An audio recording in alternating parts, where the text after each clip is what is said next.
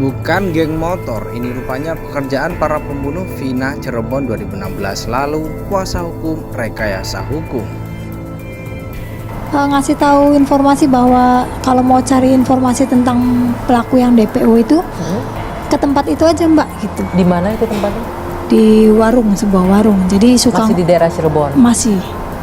Cuman saya mau cari ke situ kan, saya takut resiko ya. Ya, memang kami punya tanggung jawab besar juga Mbak terkait kasus ini, bahwasanya kita dari Polda Jabar akan berusaha semaksimal mungkin untuk memenuhi apa yang menjadi harapan dari pihak keluarga.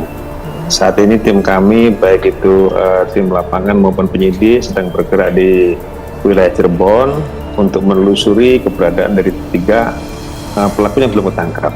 Tentu harapan kami adalah keluarga juga memberikan banyak informasi terkait dengan hal ini, sehingga kami mempermudah kami dalam melakukan pelacakan kepada para pelaku yang memang sekarang belum tertangkap. Kalau ternyata persoalannya ada pada masalah integritas, maka mekanisme sanksi yang perlu dijatuhkan. Tapi kalau problemnya ada pada kompetensi, maka diklatlah tempat untuk bagi para penyidik memperkuat kompetensi mereka. Ya, mungkin untuk masalah itu nanti kita kita akan lebih lanjut. Pada prinsipnya dari kita kan sekarang bagaimana kita fokus dulu untuk mencari para pelaku ini. Nanti bagaimana untuk terkait dengan kompetensi dan sebagainya itu mungkin sambil jalan kita akan lakukan analisa dan evaluasi terkait penanganan kasus ini, karena mungkin sudah waktu yang cukup lama juga dan perjalanan cukup panjang. Intinya sekarang dari kami dengan sepenuh hati dan semaksimal mungkin melakukan penyelidikan maupun penyidikan lebih lanjut untuk menemukan para tersangka yang memang belum tertangkap ini. Ini kan fenomena no viral no justice terulang kembali.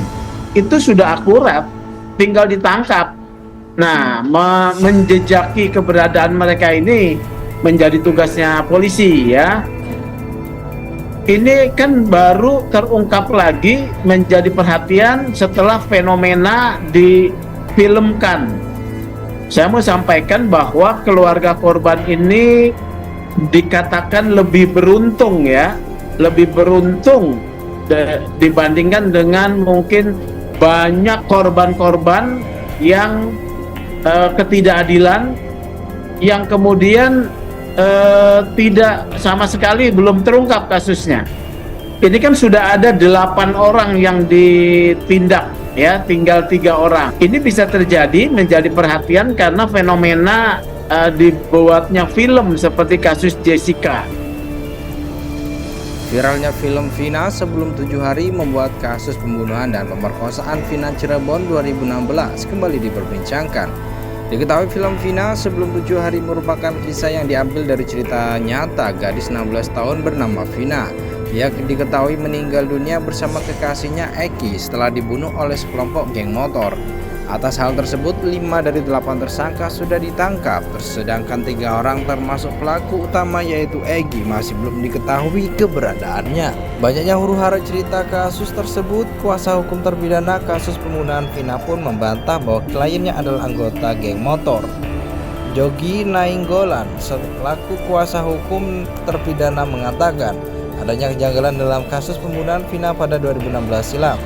Hal itu ia sampaikan dalam acara 2 CCTV One yang tayang pada Kamis 16 Mei 2024. Klien kami adalah korban rekayasa hukum yang dilakukan penyidik Polres Cirebon, ujarnya Jogi. Jogi menegaskan para terdakwa bukanlah anggota geng motor seperti santer diberitakan. Mereka adalah pekerja buruh kasar, pekerja bangunan yang tidak ada hubungannya dengan geng motor, lanjutnya. Jogi Nainggolan kemudian membeberkan kronologi di malam pembunuhan dan dugaan pemerkosaan terhadap Vina Cirebon. Di malam kejadian, klien kami bersama teman-temannya sudah berada di sebuah gang di sebelahnya rumah Bu Nining, ungkap Jogi. Di malam itu para terduga yang berjumlah sekitar 9 orang dianggap berisik hingga diusir oleh pemilik rumah Bu Nining. Dan di malam itu karena mereka terdengar agak gaduh suaranya oleh pemilik rumah, mereka disuruh untuk meninggalkan tempat, katanya.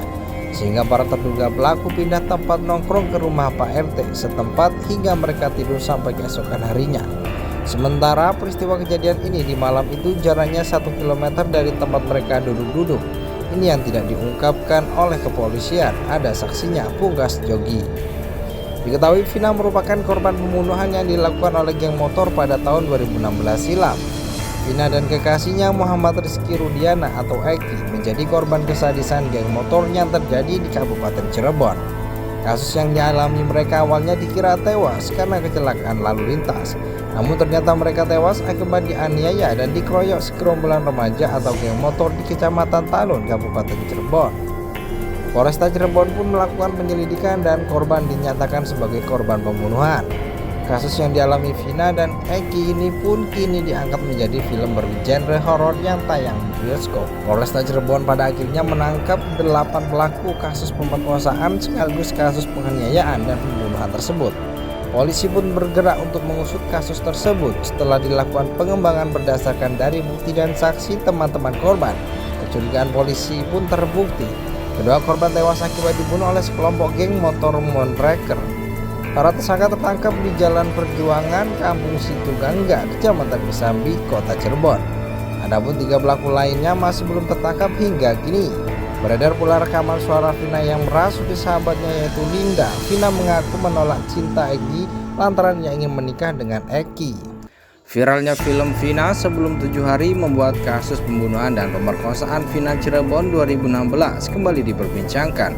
Diketahui film Vina sebelum 7 hari merupakan kisah yang diambil dari cerita nyata gadis 16 tahun bernama Vina.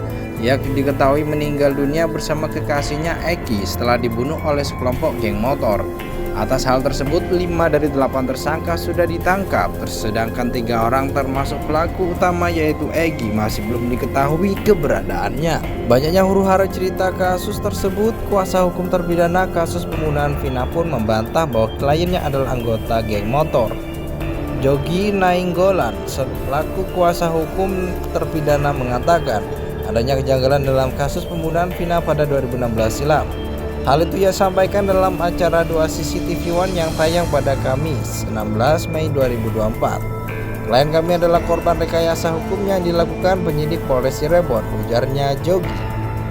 Jogi menegaskan para terdakwa bukanlah anggota geng motor seperti santer diberitakan. Mereka adalah pekerja buruh kasar, pekerja bangunan yang tidak ada hubungannya dengan geng motor, lanjutnya. Jogi Nainggolan kemudian membeberkan kronologi di malam pembunuhan dan dugaan pemerkosaan terhadap Vina Cirebon. Di malam kejadian, klien kami bersama teman-temannya sudah berada di sebuah gang di sebelahnya rumah Bu Nining, ungkap Jogi. Di malam itu para terduga yang berjumlah sekitar 9 orang dianggap berisik hingga diusir oleh pemilik rumah Bu Nining.